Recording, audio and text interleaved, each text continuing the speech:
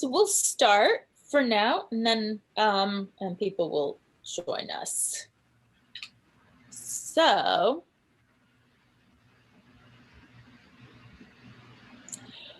I am so excited to introduce you guys to Greg Melvin. Greg has been a major force in creating concept stores worldwide. He has worked in Asia and in Miami and really all over the world, creating these amazing visual merchandising.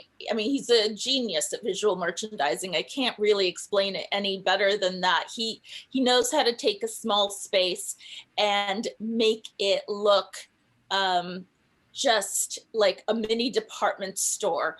And it is something I've never seen anybody else do quite with the same amazing talent. So I'm so excited for him to share how he buys for spaces that small and then how he makes them look so fantastic. So without further ado, please clap and turn your cameras on for Greg Melvin. Thanks, everybody. That was a I know you can't hear them. They have their sound off, but just assume they're all clapping for you, Greg. It's the best introduction ever. Thank you. That's very sweet. Oh. So, Greg, let's start with some basic stuff. Just a little bit about your background. You know, where you went to school, where you studied, and what career path led you to retail. Well, I actually think that probably the most important way to sort of distinguish myself from the other side of retail, which is corporate, is that we had corporate procedures and whatnot. However, we've always been an independent. Whether I was working out of Indonesia and setting up concept stores there, or whether I've been in Miami doing things here, if I was doing consulting for the Seminoles, Hard Rock and the Hard Rock Hotel and retail. We've always been independent and approached it from that direction. I am one of those people that grew up. I was always a late bloomer in pretty much every aspect of my life, and I had a beautiful education, and I was drawn to aspects of things that I loved. Like I loved languages, and that's what brought me overseas. But I never knew that I would end up finding my labor of love, which was like really buying and merchandising and retail. And I became a wholesaler long before I was a retailer, and that's really what probably drew me in. I soon after graduated I studied languages. I studied Mandarin at Georgetown, and then ended up moving overseas to live in Taiwan for a certain period. And then from that, moved to Hong Kong. And then I was sort of like a trickle-down kid. I ended up traveling with a backpack. I did the whole thing. And I really had, I was never in design school. I was never in, this was not part of the plan. And yet at this point in my life, this is my favorite endeavors and my favorite accomplishments are all in retail. I started out developing product for the U.S. market for the consumers in the 90s.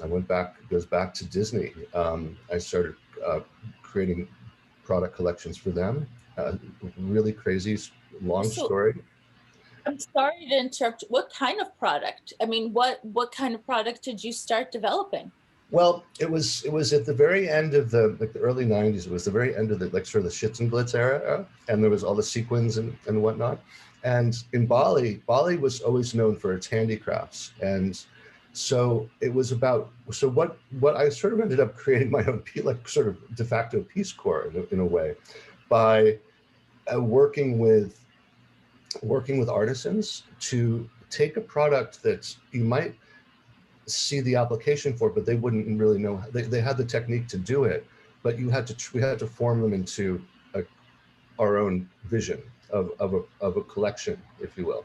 So it just came really organically, and I started working, believe it or not, with key rings, and as kooky as it sounds, six designs of key rings from they're like little Barbie doll clothes on keychain fobs, and little leather jackets with moving zippers and Elvis jackets and things.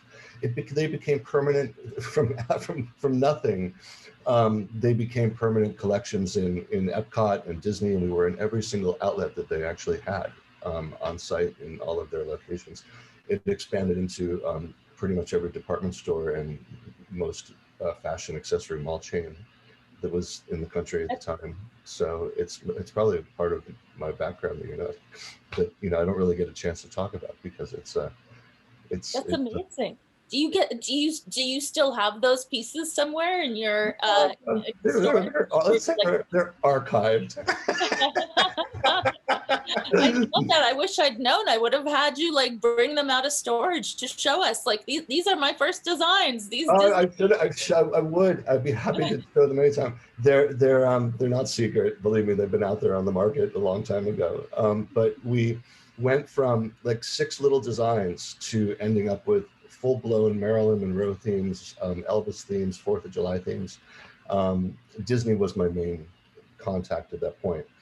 And do you think it's because you were an American who spoke Mandarin, who lived in Asia at the time that opportunity came to you? Like, how did it, how did that manifest? It's a very unusual opportunity for somebody to just sort of, just fall into.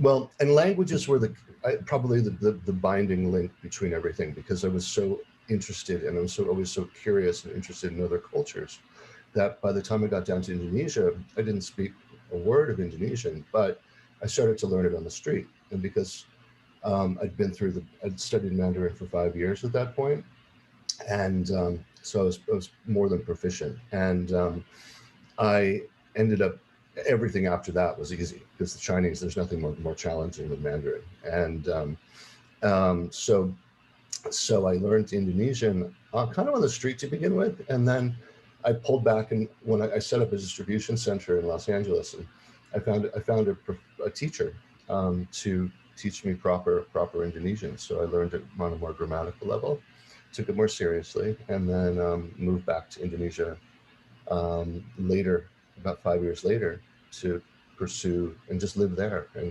and pursue my career there. So just so I get the timeline a little bit clearer. So you are backpacking around Indonesia, having like a great old, pray, love, eat time. And I would say what you do with my partner Paolo and I would eat, pray, love in reverse. We're still in mid-pray, but we fell in love. We got on a magic carpet, left Indonesia, and came to Miami.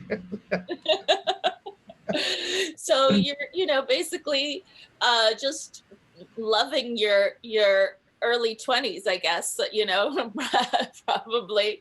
And then at that point, you're like, hey, there's opportunities here for English speakers to do more. So you left at that point and went back to the States. Is that what happened? I just want to be clear. The first after I graduated from Georgetown in 1990. So from that point on, I moved to Asia, and then I was back and forth between there and through the mid 90s. So we're talking now, quite dating myself extremely more than I would like to, but it's okay. And we all get there. And don't you worry. And so what the binding ingredient was really language. It was and the interest in cultures, and then that created because of this, I just sort of started to magnetize, and I needed something to do. I mean, a lot of this came out of need, because I was not running around with a trust fund in my backpack. There was a lot of dirty shoes and underwear attending to. So I had to, it was either pull something out of your hat, or get back to the States and get a job and go the more conventional route, which I didn't know what that would be because I was a liberal arts student.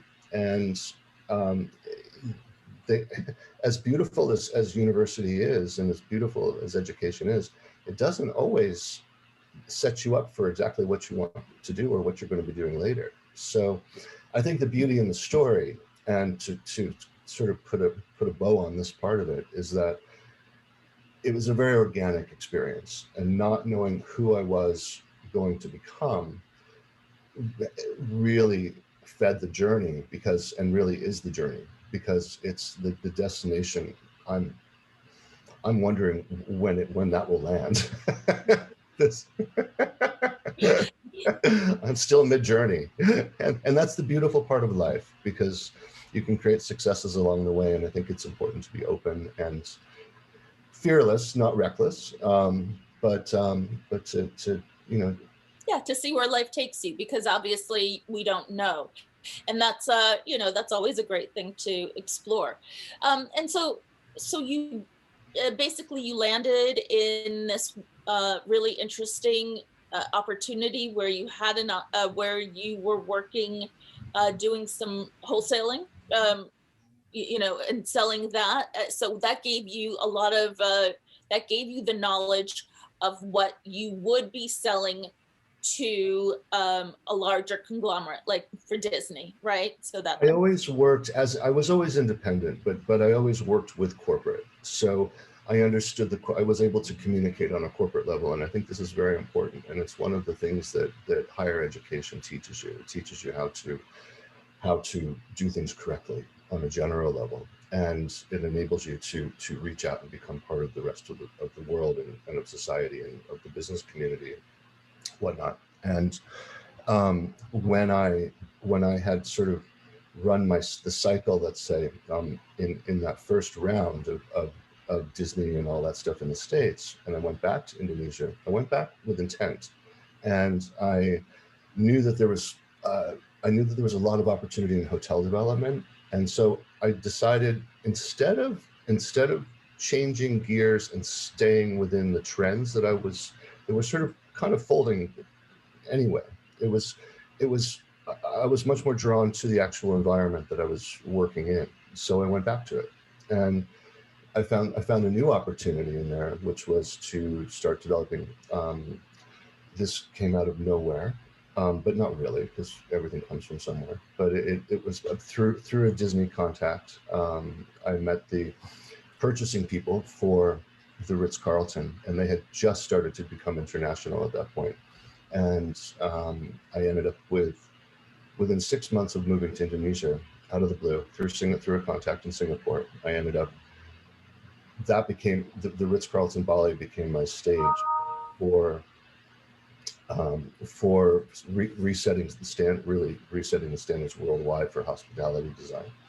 And so there's a whole chapter in that as well, and to kind of bring it, and so I have since, for 20 years, had another company on the side, that runs the hospitality design and supply. And we sort of smashed all the corporate specs and all the corporate standards with. I had a very ambitious team within the Ritz Carlton that I worked with, so we gelled immediately, and they were ready to take a few risks and fight for what they really believed in, and I was right there to be there with them. So it became a showroom for me to move into. We pretty much did all Ritz Carltons around the world subsequently. Four Seasons, one and only, you name it. It's become a. And so when you say that, do you mean the gift shops within those? No, actually, it was more focused on the user, let's say the guest experience, and I think that's where the tie-in to retail is. But it starts and stops there. It's not about the product itself, because the product that we worked on was for the rooms. It was for not the mini bars even, but it was more.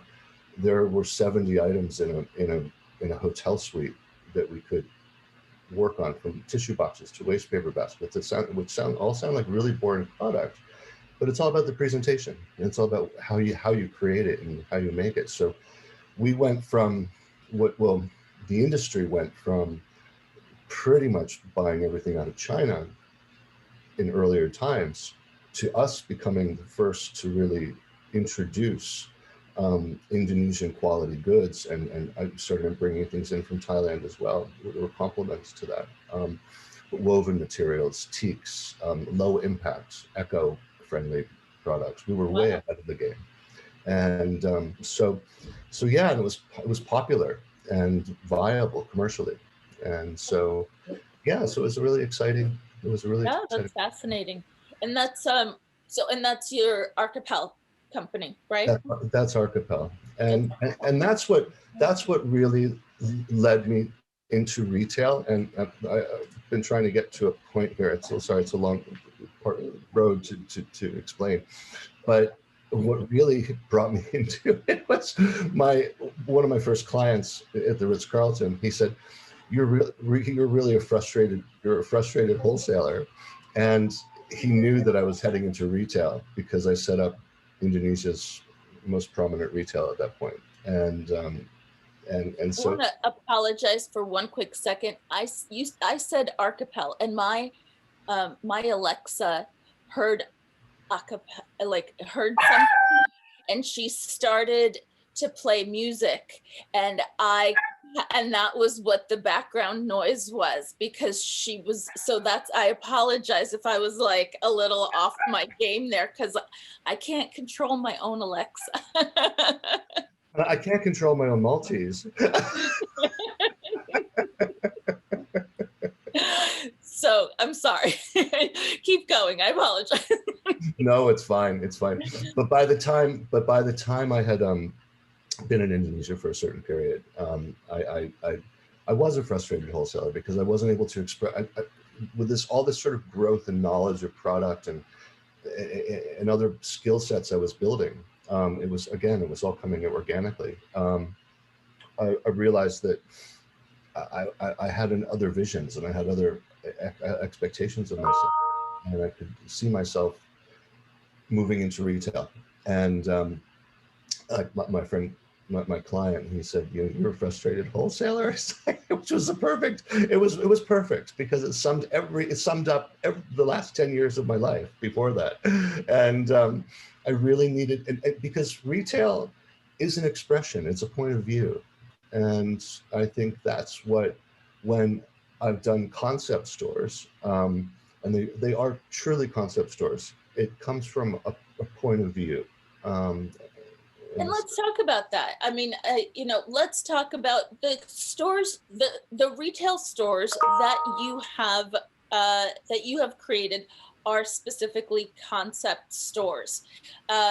They have a very specific point of view. And can you tell us the difference between a concept store and what would be a regular boutique? What is the difference? Yeah, it's a tricky question, and it's the answer is I'd like to say it's really straightforward, but the idea of a concept store is it starts with a point of view, but it's for myself, it was always taking multi categories and multi divisions of product, and whether it moved from different sectors of fashion accessories to fragrances and to beauty and to fashion and this and that, moving it and creating disparate elements and creating a symphony between them. I mean, that to me is where there's a very big difference between your big box stores that have tons of space to plop a lot of merchandise in, and I'm taking it to the extreme by saying that. Whereas, bear with me a second. Yes.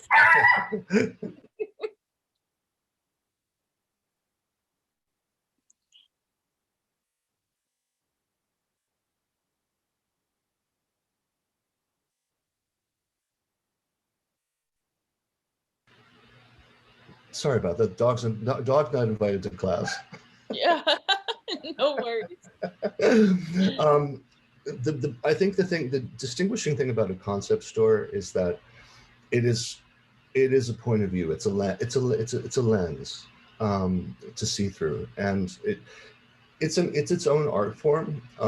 There are many stores out there that are, say, multidisciplinary in terms of their product offering and their mix, but it's like a good interior. I always say if you walk into an environment and everything just rolls, you it's a beautiful design. It's same thing with a retail. Well, similarly, but in its own context with a retail store. If you walk into a place and you don't really know what you're looking at, but everything starts to just become busy, you know you're doing your job because it's becoming exciting to the consumer. It's creating an experience, and you're leaving more energized and sort of enriched for that experience. I mean, as the retailer, you hopefully, of course, want them to walk with tons of shopping bags, but whether they do or whether they don't, the most important thing is that they've had a good experience, and it's added to their day. Your store in Indonesia was extraordinarily successful. I mean, I didn't know you then. I didn't have the opportunity to see it, but it had gotten written up in Indonesian Vogue and Condé Nast Traveler, and it was, it's certainly, the press spoke for itself in terms of how successful it was. What what was it about that store? Do you think that people loved about it? What was it that caught people's attention?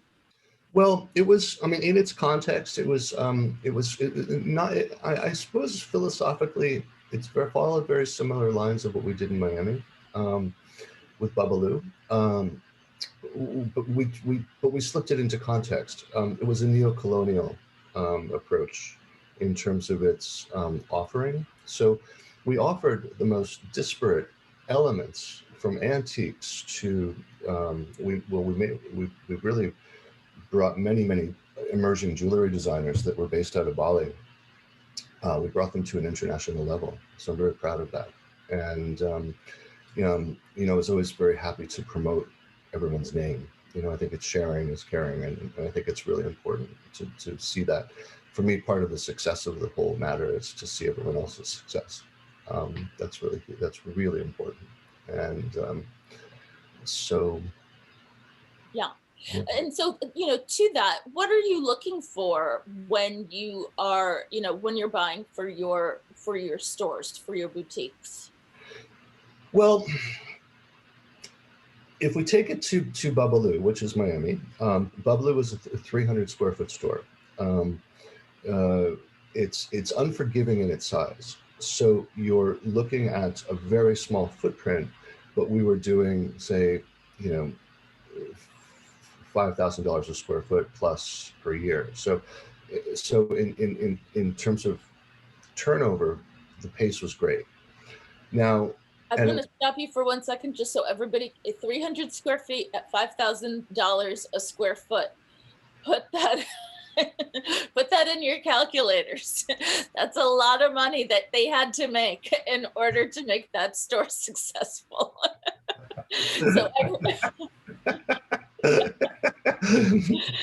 every inch of that store had better have brought in a lot of money. Well, and to that point, inches are everything, or centimeters are everything. I did one planogram for the store before we opened, and to pass on to our interior designer, who was very talented.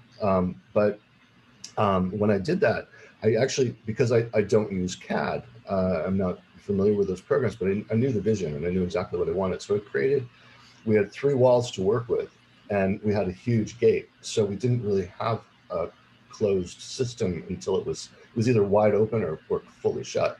So with those 3 walls that we had to work with, that planogram was based on an Excel sheet that I did, and I made a very dry program, as creative as possible. But every single square represented 3 square inches. And so this is how unforgiving a small space is. So much more unforgiving than a large space, because it can you put the wrong thing in, or something that doesn't really jive with the rest of the mix, or the symphony just sort of falls apart. And so you can pull. I think the takeaway is that as long as you've got your act together, and if there's harmony in what you're doing, you can pull anything off. It's sort of like when you're it's when you don't feel comfortable in your own skin. That's when things start to other people notice, for example. And so retail's the same. You're going to have days when you're not looking your best. You're going to have days when you're looking like that girl. It's like, it's. I know you weren't pointing at me when you said that girl. Just teasing. Self-chance. No, but how do you, so when you have such a small space, and when you're dealing with, also it's important to point out that this was a retail location that really had such a diverse product category, where you had men's, women's, kids, accessories, recreation, perfume, jewelry. I mean, gum, beauty. Like you really had such a diverse, just such a diverse, amount of things and you really needed to be able to make it look high end. There was no schlockiness to this. And I'm while you're talking, I'm actually looking to pull up a photo so that we can put something up. And the range was everything from Jonathan Adler to designers that people had never heard about to, why don't you fill in some of the blanks here, that I'm not. Well, we did. We had 18 key categories of product, from books to candles, and home fragrances, to and I think what really was the jewel in the crown for us were the perfumes, because we became known as one of the top 4 or 5 independent perfume purveyors in the country, and that was really not part of the original mission. And that grew out of bringing in 3 brands of perfume that we thought were fun and interesting. But it was a test, because you really have to test the market at first. I mean, we did a lot of research when we first came in and before we opened, and we had over a year from the time of confirming that we would be doing this to it actually opening, because we were working with a new development, and they needed time. They took more time to open than we anticipated, but that always helps you in the end, because it gives you more time to gestate and to create a better product. But we had 18 categories, and so to thread those together within that small space it came really naturally to me. So it's in some ways it's difficult to speak of, but I can identify it and try to explain to you all the importance of movement. It's truly a symphony that has to occur, and there has to be a thread, and it's the buying and the merchandising come together in a concept store, maybe more than in a standard store, if you will, because you've got to plan, and as an independent, you're planning merchandise in, you're phasing things out, but then you have to have a 360-degree perspective on the whole thing in order for it to work. And so I'm going to share my screen for a second so that people can see a quick photo, okay, while you're talking.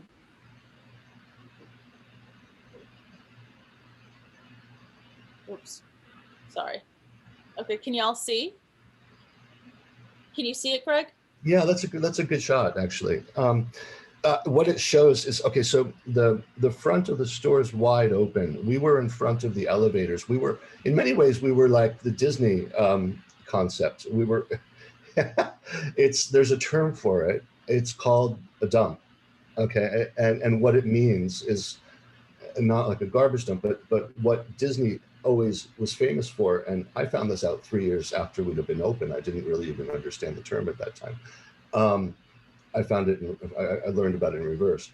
We were the meet and greet point for so many people coming to Miami because we were actually located in the heart of a parking garage, and so we were at the elevator drop where. Yes, but you should clarify that it is one of the, it's a parking garage designed by one of the most important design firms in the world.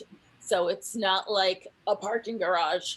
It's, you know, Was this highly is like a conceptual. major thing. It was a highly conceptual parking garage. It was Herzog and de Meuron, which And if it's an event space with a huge event space and a 5-star restaurant on the top. I mean, it's not like a parking garage the way yeah, he's talking actually, about. Cece, if you are able to pull up an image of 1111 Lincoln Road, it would be great too, because then they can see the environment that we're in. I mean, our neighbors were, to give you an idea of positioning, Taschen Books, Y3, MAC Cosmetics, Nespresso, Osklin.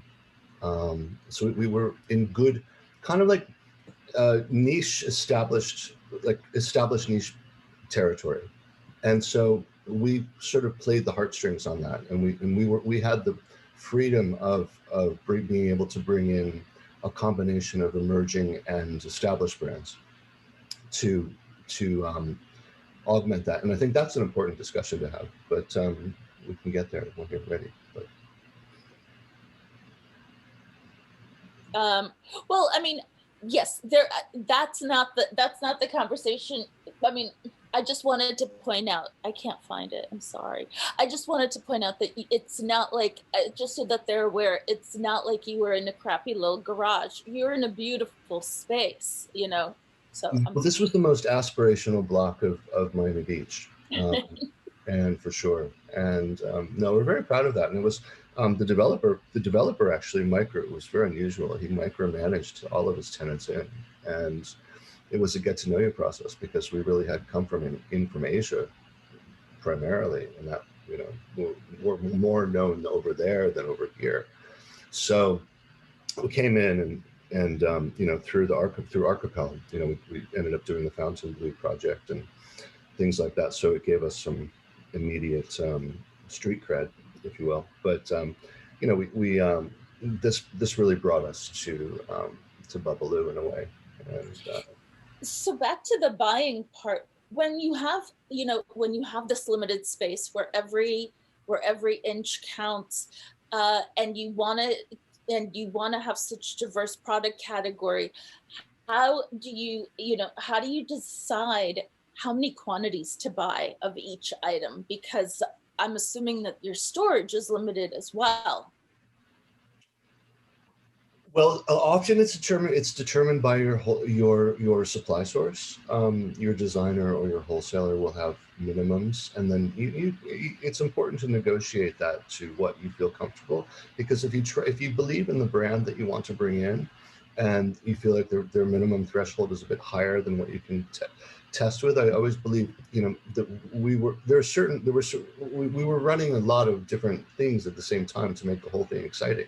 So we'd have sort of impulse product that would be in and out, and you'd never see it again. And that becomes, so we were always a point of discovery. But then you'd have other brands that you'd want to cultivate over time. So with, you know, so if the minimums were, you know, oftentimes from a wholesaler, minimums not on a small gift product, not more than 12. On a candle, it's usually not more than 6. Perfumes, you can do 3s in many cases. Especially in this economy, you know, no one's really pushing minimums. You know, everyone's just happy to retain their accounts. You know, and everyone's working together. This is a really good. This is the oyster that's coming out of this period is that I think there's a growing awareness that wholesaler to retailer those who are left. Um, the the need to work together, and there's a beautiful fruit in that, um, because it's not about how I run things, or it's not about how you run things. It's about how can we make things happen and create a mutual success. So the Definitely. conversation is really, it's shifting out there for that, I think, and that's a very important time That's in true. Now life. you're getting ahead of our conversation. That's Okay, towards the slow me down. end. um, but let's get back to, so when you were, so as you just had started, the store, how, if I'm an independent designer, what would make me agree to work with you? I mean, if you're a retailer who maybe, who was successful in Indonesia, but nobody really knew about you here in the US. Why would I decide that I do want to sell to you? What were the things that would persuade me that I would want to work with you? Well, to just, yeah, and to clarify, um, we had, maybe you can break it down into two categories. We had emerging brands, and we had established brands. Okay, now within the same categories. So if we had candles, we had Thierry Trudon, for example, which is known as the world's oldest candle manufacturing, since 1643, and they're from France. They created for royalty, and you know, and then on down, until today. So they're one of your stuffiest, if you will, but also most beautiful, engaging candles, and the quality's all there. Um, then we'd have, something that was a more of a completely emerging, like irreverent sort of messaging, fun, like testier, more modern sense that were maybe half the price in an emerging brand, or sometimes not, sometimes the same price. But going back to your question, the the balance of emerging versus established brands. Why would they want to be part of us? I had to fight to get a lot of brands in. Fortunately, I had the prestige of our location. That it wasn't easy, because it took a lot of work, but it was part of, because I've been on the wholesale side.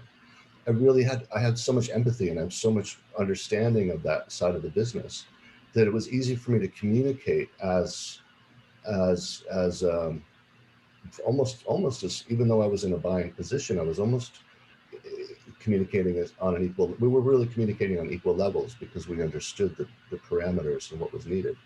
I'll never forget. I think one of the funniest anecdotes I have is that before you saw all that merchandise in that space, and all the bright lights in Big City, it was just a cement space. There wasn't even a light bulb in the place. So Paul Smith was coming down to do a visit, and we all I had was a few sketches. It was too soon, but I wanted to capture them, because they were at the time, and we're talking about 11 years ago.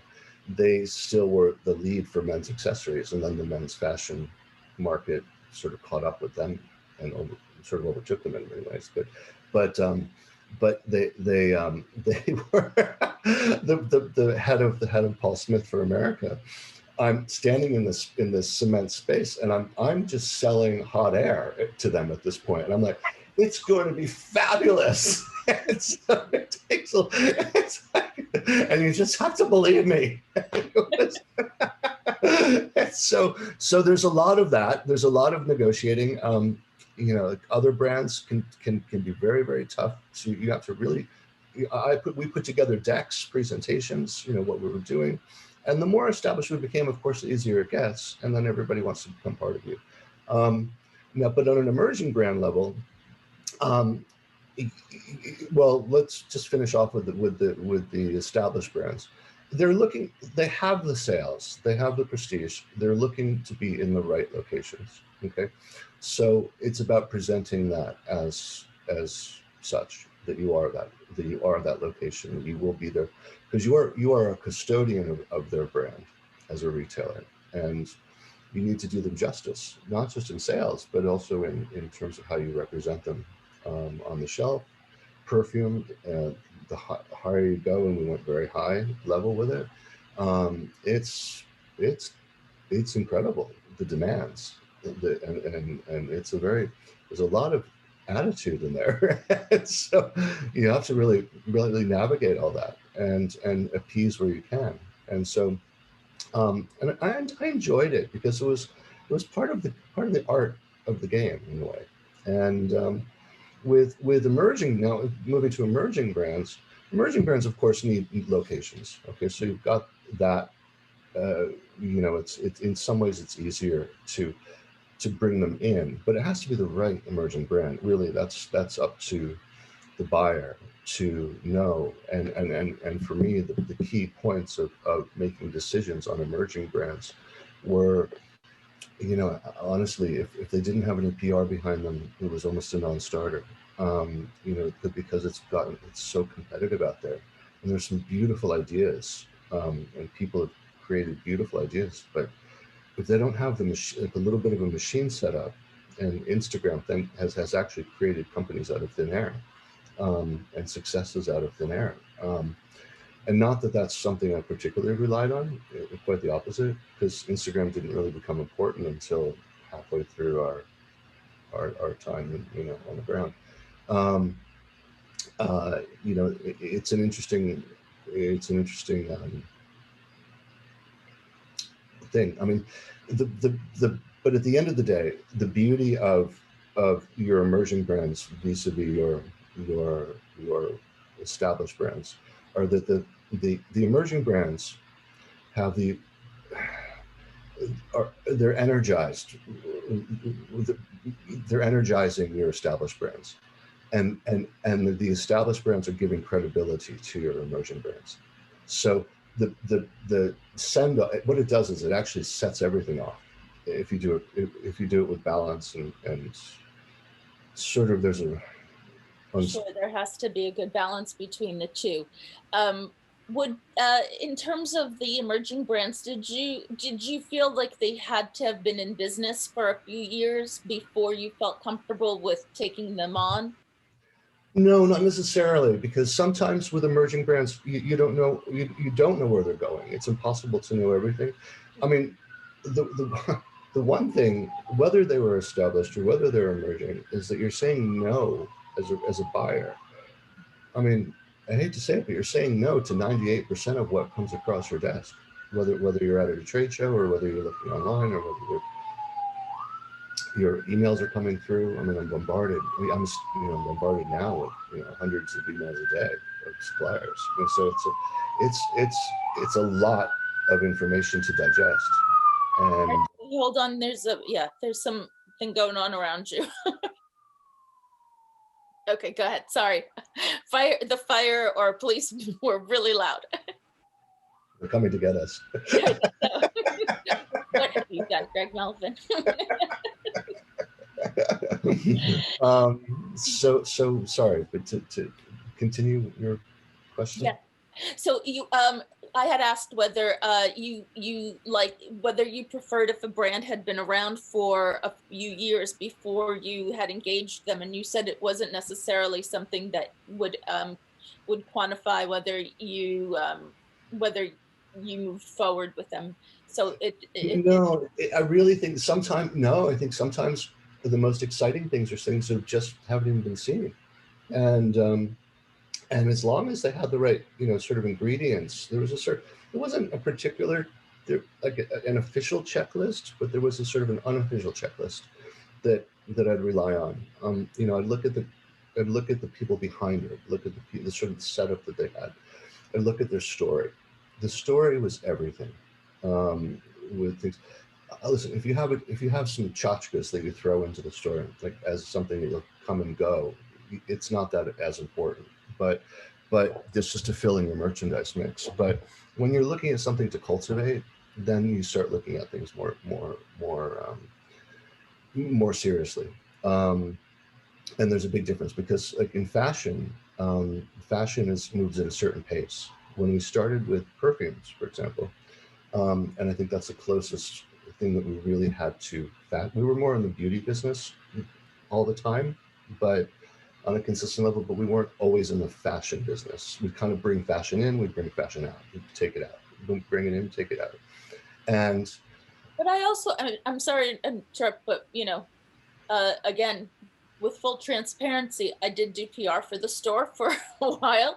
There was a lot of accessories. You have to admit, accessories were a huge part of the business as well. So I would say that that was one of the things that, home accessories and fashion accessories were a mainstay of Babalu. absolutely, and it's really important to. There are a couple of things. It's really important to know um, when to get into a product, and it's also really important to know when to get out of it as well, because and that applies to fashion, that applies to gifts, that applies to all sorts of things, because it can have its day, and you can also strike on frightening levels of success with a brand, but you almost, when it becomes too dominant in your sales, you start to scratch your head and think, oh my gosh, if this drops out, what am I going to find to replace it? So it's, that is important, and I've had those experiences where because there's a very big difference between buying from the manufacturer versus buying through a distributor, because at the end of the day, a distributor is going to be more of a hawker in terms of like hawking items and for sale, and the manufacturer is going to be much more their own custodian. I've found that through and through with almost no exceptions. Could you just give a quick definition of what the difference is between the two for my students? Yeah, I think as a prestige manufacturer, whether you're emerging or whether you're established, depending on how that brand is treated. I mean, there's this whole discussion of whether there should be things should be sold on Amazon or not, this and that, how it should be treated. The pricing consistencies, all the other um, locational factors and positioning factors. They're super important to manufacturers that really care about their brand. Um, when it comes down to a distributor is looking at spreadsheets, and I mean, not that manufacturers aren't, but distributors are looking at sales goals, and basically that takes a much more dominant position in their decisions to sell and how they sell. And I've been through some interesting experiences with both. Um, and all of that. I can elaborate, but I just need you to lead me. No, we have so much more to go through. So I just want to, I want to try to hit as many of um, the points as we can. So when you are looking for brands, did you mostly find them at trade shows, or were there other ways that you would find the designers? Did they come to you? And if that was the case, what was the right or wrong way to try to reach out to you? I think coming from, and if I can maybe like speak for, if I were a student, maybe take it, if I can kind of turn the question around to, if I were a student looking to develop a line of product, for example, how tough it can be. It's the way I found things was a hybrid approach completely. So I wouldn't rely on one single way of doing it. I wouldn't rely sometimes fashion shows, sometimes trade shows. Um, I'd be up in New York 4 to 6 times a year at most years. Uh, there's online. For me, it's also this organic absorption of product. I find things, I see things, we travel a lot. So there's influences are constantly coming at us. And that's even before Instagram. That's before all this other stuff comes into play with digital social media. And now that's a huge component of the whole story. So especially, that's a lot more important probably for emerging brands than it is for established brands, I would say, the social media aspect. Um, but I think that it's really important to, how do I say, because you're bombarded as a buyer with products all the time, and brands and lines.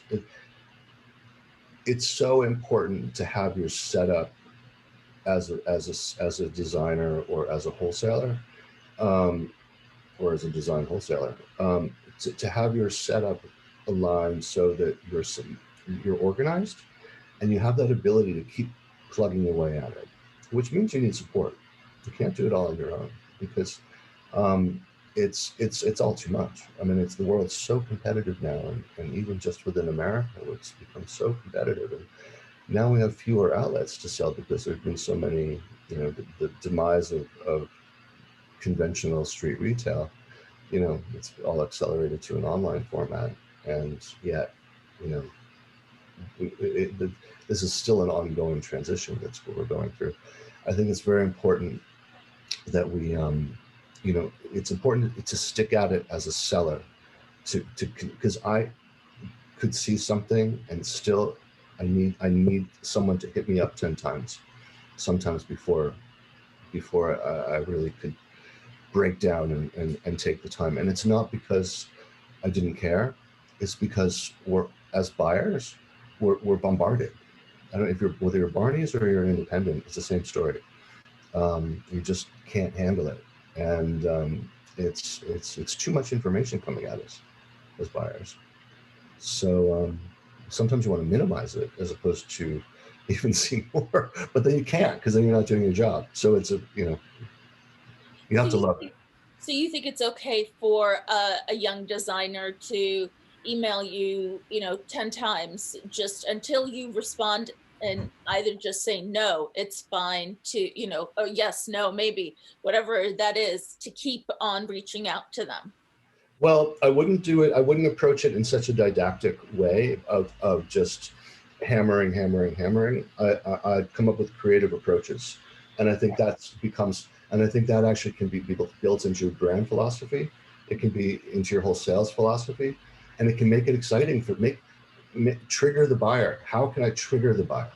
As opposed to, you don't want to annoy them with constancy. You want to entice and delight them, just as I do with a retail buyer that comes in, with a retail client that comes in. I want to engage and delight and surprise them. So that should flow down the line Mhm. of the supply chain, and I think that's very important. How do you feel about somebody coming into the store unannounced? That was one of the things that I found to be the most inappropriate and annoying. And at the same time, you might find an oyster. So I would always look. And I, I, I didn't want to. I wanted to set a policy where I didn't, but I couldn't because I also thought that I'm not doing my job. One where I did draw the line is that if I'm not in the store, or if I was, I would ask that, I would make sure that the staff, or else we never allowed, let suppliers leave samples with us. If they mailed them to us, that's one thing, but just dropping them into the store, they can, first of all, they can get lost. It's confusing. It's, you know it's just, it creates a mess. It creates, you want to minimize the zoo factor. It's Right. And especially in a store like yours where there's so much going on and there are so many things in there already, just adding more things that you can't account for is well, unnecessary. exactly. Yeah. um, and back to you mentioned, especially now, so many retailers are closing like the big department stores are closing their doors. No more Bloomingdale's, no more Bendels, no more Barney's. Do you think some of those brands are now much more open to working with smaller independents? So, I mean, the bigger brands that were usually in those stores, do you think that they are now where they might not have been open to working with a smaller independent store, that they are now much more open to it? It's a really good question, and I think it's a great question, particularly because we're a world in flux right now in this area. There's no final answer. It's whatever I say today could shift tomorrow. I think we're in really delicate territory for all of these things, and I think it's it makes it that much more challenging for people with great concepts and ideas to come to market. And it's also, we've been kind of all separated with COVID and the whole story. And you know, I think even it's going to be very interesting to see how online trade shows or fashion shows work compared to your conventional formats of being there physically and touchy feely. I think those will come back, and I think retail will come back to a degree. Mhm. But I think we're really at the we're really we've only seen an acceleration of what the inevitable is, which is to move online. And I think that it's going to become a tighter market. I think there's always going to be that need for wanting to. We need experience as human beings. So we need to we'll always be seeking that. How we find it, the channels are going to shift, and yet at the same time, I mean, one of the best ways has been America's, sort of backbone of having street retail. I mean, we really mom and pop independence. This, it's we're head. It's a very. I can't say we're still in COVID. We're coming out of it, but we're not there yet. And yet, what's going to happen when we get there? I think there's been so much um, gutting of the street retail that I don't think it's going to come back. And I think You that know, they're going to have uh, to really rethink.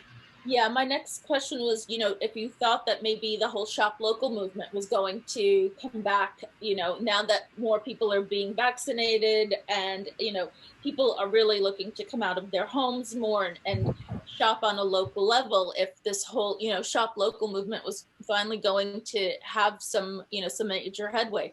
But, I think you're saying it's a wait and see kind of situation. Well, no, but shop local is an interesting one because even American Express, it's like shop small, shop local. Like they have that every year as a promotion that they run. But it never really. I don't really think it. I'd like to see the performance measurements on anything like that, because I don't really think that America or Americans have really embraced shop local very much on any level anywhere. Too much. I mean, I would love it to be different, but I don't really think that's the case. Unfortunately, Amazon has made it so convenient to buy that it's taken away market share from absolutely everybody, and it's. I think that the retail is going to be more and more destination based, where you have a concentration of people that you can't not have, and it's not just because people want to go there, it's because they're sort of already there. And whether it be in a hotel environment or a resort environment or a very, very unique specific place, and it needs to be a place where people kind of have to almost stop instead of pass by. It really isn't now a train station or a subway station anymore, or anything like that. It's really has to become a place where people have leisure time.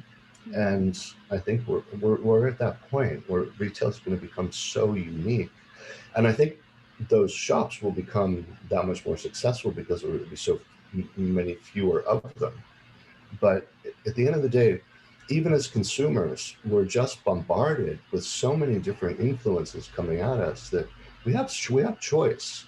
We can shop online very easily, too easily, and I mean, I even just on a home front, I see how many more packages we have coming to us than I ever expected, and it was never my thing, but it's our thing. It's just we're just. Well, yeah, but I mean, we've all been in our homes for a year, and but I think, or at least my hope is that, now that that the vaccines are finally coming, that people will want to go and touch and feel and enjoy, and that will, that will help people, explore their neighborhoods more. And so hopefully, that's my hope, is that people will go and shop in their local boutiques and really take the time to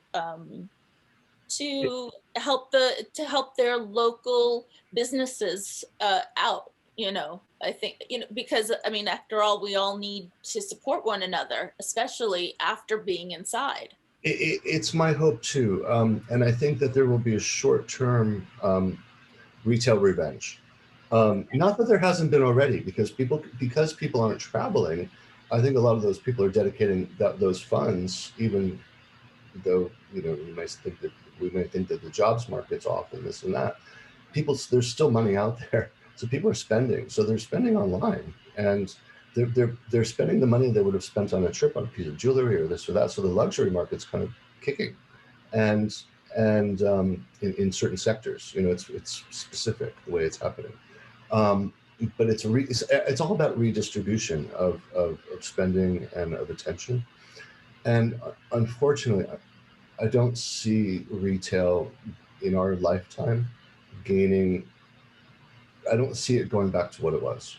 I just think we're just past that point. We're essentially on Mars, but compared to having a beautiful town with a beautiful little street and all that, I think it's going to come down to nail salons and coffee shops, and I don't think there's going to be too many mom and pops left over, because there weren't anyway. It's just now evolving. So if you had to if you had to play like forecaster to what retail might be like 20 to or 50 years from now, what do you think it will look like? Amazon will be doing daily deliveries, or something that replaces Amazon will be doing Elon Musk will be doing daily deliveries from Mars to America within 4 hours. And because we're going to run out of warehouse space here on the planet, so we're really at that point. I think we're just terrible on the point of return. I hope you're wrong. Me too. All right, let me ask you just a few quick visual merchandising questions, because I have a lot of students who are looking to become visual merchandisers. And again, I really, I know that you are such a visionary with that. What do you think are some secret tips that you have picked up along the way that you can share with us about visual merchandising? Well, many things, but I think a few key things are, you have to close your eyes. You have to close your eyes and go with your heart. And what do you see?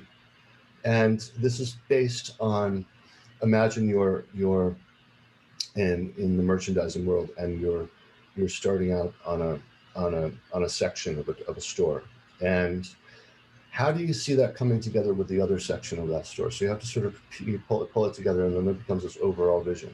But it has to come from within before it's. I think planograms are really important, because it's a great way to communicate how to instruct, to get things to the shelves. But on an inception level, it's very important to feel it. You have to feel it. If you don't feel it, don't even go there, because it's a replace of someone else can come in and do it. It's very important. And then, do you create visual scenes through color or trend, or how do you work when you do that? Well, those are all ways of approaching it. Again, it's closing your eyes. What do you see? Are you looking at a season? Are you looking to do something for a certain holiday? Where is it coming from? What's the reason for being? And then what's the time of year? Where are we? And it can come from all of those. It just depends on. I mean, you can color block to death. You can pull together free to call out schemes, in all different merchandise categories, and run it through from handbags to books to coffee cups. So there's all different ways of approaching it. It's making decisions, but there needs to be a consistency within the departments that you're in. This is where the merchandising connects to the buying, because also it's always nice to start with a clean slate, but retail rarely does, because it's open every day, if you will, and the doors are open every day. So there needs to be product to sell all the time. So when you're going through a shift of change of merchandise, there needs to be a flow out, so that you can rework the old as best you can until it's time to do markdowns, and then it's important to envision the new and how to bring that in. So it really is an art form if it's done in its purest way. Is there ever a time, or is there, when a stylist talks about like an outfit, it's about like looking back in the mirror, and the thing that you see, that's the one thing too much. Is there something similar in visual merchandising that you can like, correlate to that, where like you can say that that's one thing too much that I've put into my scheme? Always. So pull it out. If it doesn't, if you absolutely No, but how do you what do you do the exact same thing? You sort of like you turn your back to it, and then you like turn, or what do you do to sort of give yourself that like second that second sight? the second sight, actually, it's a really good thing to kind of like key on. That it's important to, you set it up, you get it done, you set up your merchandising, basically basic parameters, and then you have to like step away from, it's like, I've been texting too much, step away from the phone. I've been merchandising too much, step away from the store. It's like, and then you come back to it with a fresh look and a fresh approach, and you'll start to see the finessing. I mean, I find that my best schemes, if you will, my merchandising schemes, have come through over the course of 2 to 3 days, and because I've been independent and I haven't worked for major corporations, my mood boards have largely been in my head. So I've got a vision, and my staff can't believe. For 10 years going, every single time I would do a major merchandise change, they couldn't imagine the amount of product that I would bring in, and then it would all fit like a jigsaw puzzle.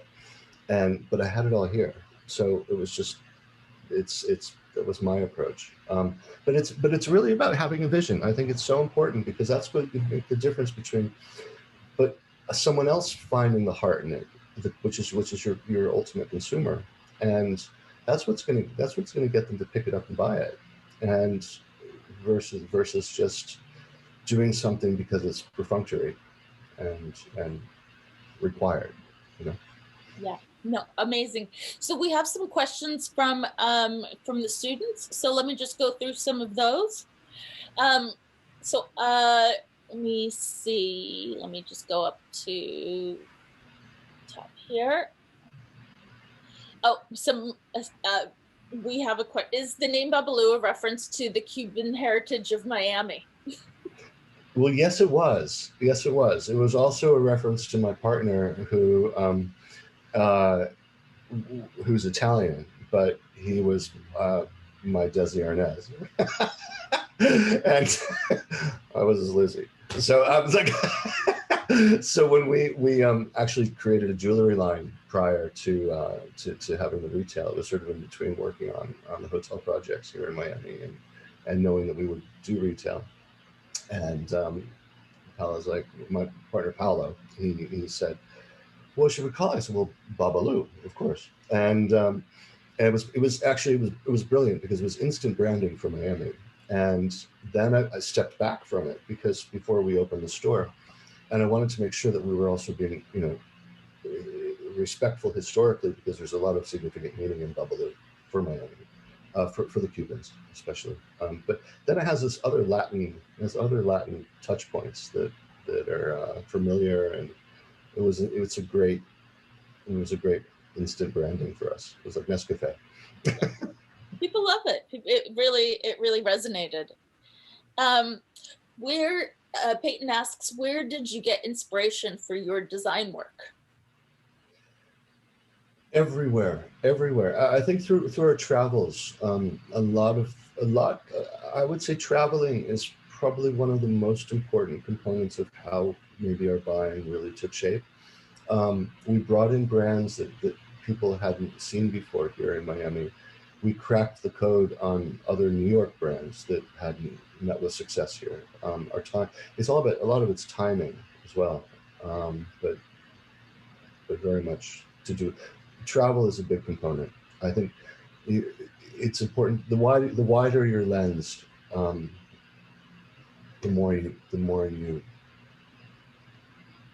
wider your range. Yeah.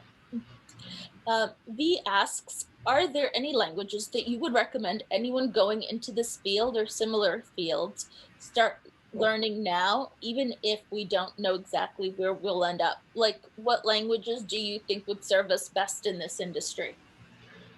Well, I mean, coming from as a lover of languages, I would say certainly outside of English, I would certainly say Spanish.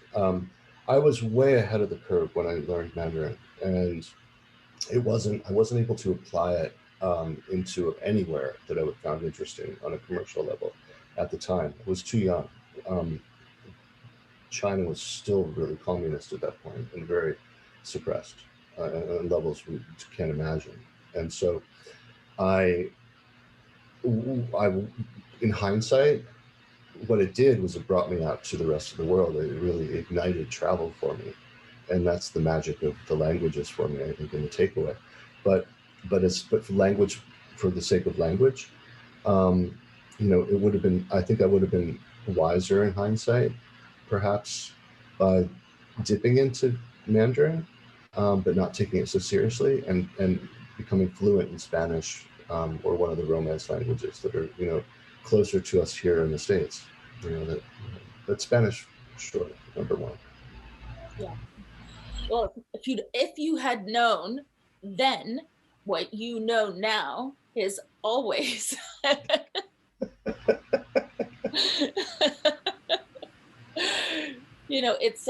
it's funny. I grew up in upstate New York, and my school taught Spanish, French, and German. Those were, and French was the most popular language, followed by German, and Spanish was the least popular of the foreign languages because nobody in upstate New York knew anyone who spoke Spanish, and it just wasn't even on anybody's radar, 30 years ago, that would be part of the, part of the cultural vernacular, that would be something to learn. And again, if I knew then what I know now. Bingo. Those years of French wasted. Well, that's right. And actually, that's really important. It's like, think ahead. Think ahead where you'll be in a few years, because that 5 year, it used to be that 5 year that question, like, where will you be in 5 years from now? That was always a classic interview question when I was growing up. And but our cycles have shortened. Like, everything's now, if you can imagine 3 years ahead right now, I think you're a step ahead, and have for that. That's a very good point. Things are moving so much faster, right? I mean, that's the other thing. It's so hard to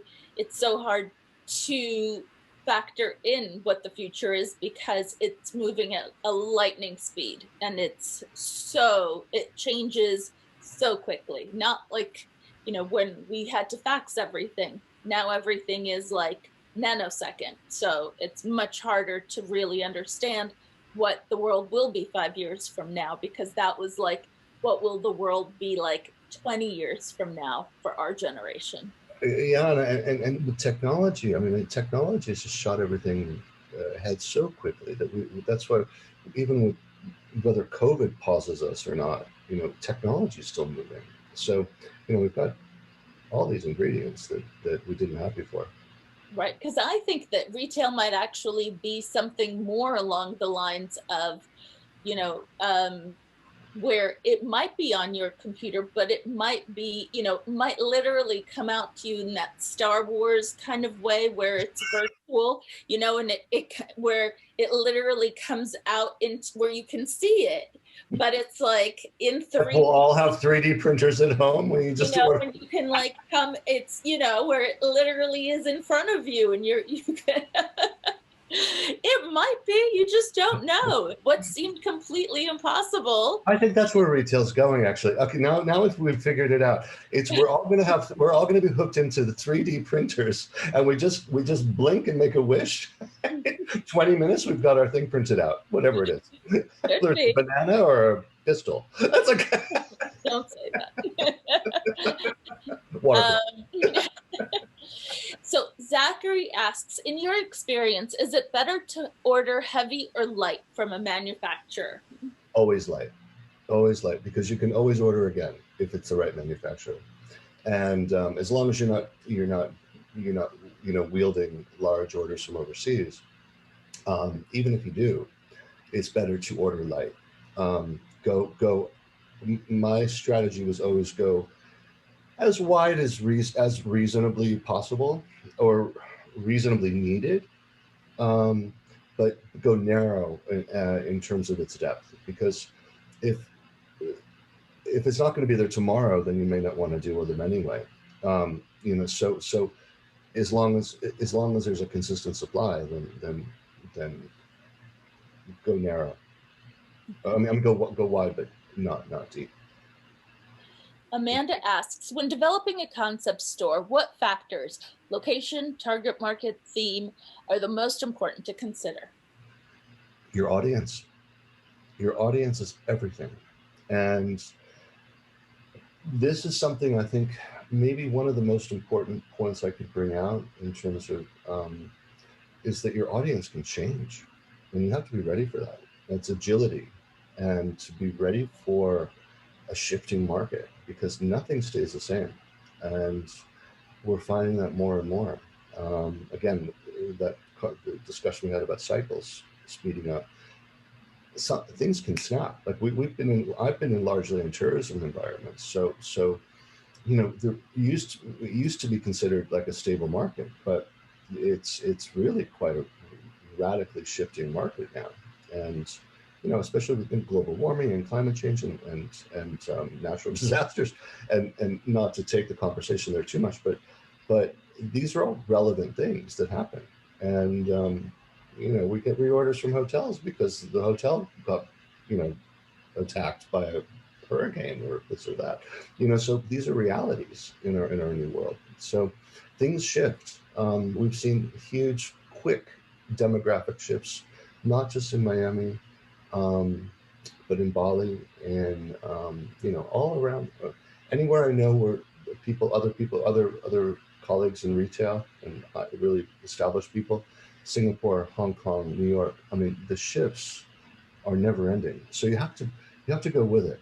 Unless you're a big box brand like Uniqlo, that can really satisfy something for everybody, I guess, in a way. That's really important. And it's very important to try to, at least in appearances, to shift with that market. Even if you're merchandise heavy towards one market, be able to dose it so that you can present and continue to present. Because retail is all about theater, and it's all about presenting on the front end. And it's very important. What is your, Haley asks, what is your advice to someone wanting to get into visual merchandising? Anything for us to keep in mind about wanting to do this? Yeah, I think that I think it's to integrate. I think it's very important to integrate with the buying of whatever organization you're in, I think it's really important for you to develop a sense of self and to have that inner strength, because it takes a curious determination, because you've got all, and we've also, now even with COVID too, we've got supply chain issues that we didn't have before. So things show up, they don't, and you have to adjust. So you have to have like a lot of, it's a strong constitution that's involved in visual merchandising. It seems like fluff, and it's not. It's really the substance of the matter in many ways. And anyone who pulls that off really well, I have a lot of admiration for. Well, we're almost out of time, so I'm going to ask you I'm going to end with two questions. The first is, what is the best advice that you have ever received? Well, I think I might go general on this one because I've had a few zingers in my time. And when something hits you, it hits you for life. But one thing, and I think this is important because we're all students, we're all learning, and convenience gets you nowhere. So don't ride on your laurels. And when I mean that, what I mean by that is to when we're feeling successful, or when we think things are going great and we're gliding, and we're at the most convenient point of our, say, cycle in business, that's the time when you really have to put on the 360, because you want to stay ahead of tomorrow, and you want to be able to self-forecast for yourself and for your organization, wherever you sit within that orbit. You want to be able to be agile, and so it's important we don't take things for granted and ride on our laurels. We always have to be a step ahead. Was that your takeaway for the class, or would you give us some additional advice? I like your hair. That was what'd you say? I couldn't hear you. I like your hair. Oh. Thanks. Okay, so then my second question is, will you come back and do this again sometime? Of course I will. Awesome. I'll be honored. Thank you so much, Greg Melvin. You, as always, are entertaining and insightful and such a lovely speaker. Thank you so much for being with us tonight. We really appreciate it. And I will speak to you soon on a personal level, but I think we have all appreciated your comments and questions tonight. Thank you. It's an honor, and thank you. And I wish everyone the best of fortune in your endeavors. And good luck. And take care. Thank you very much.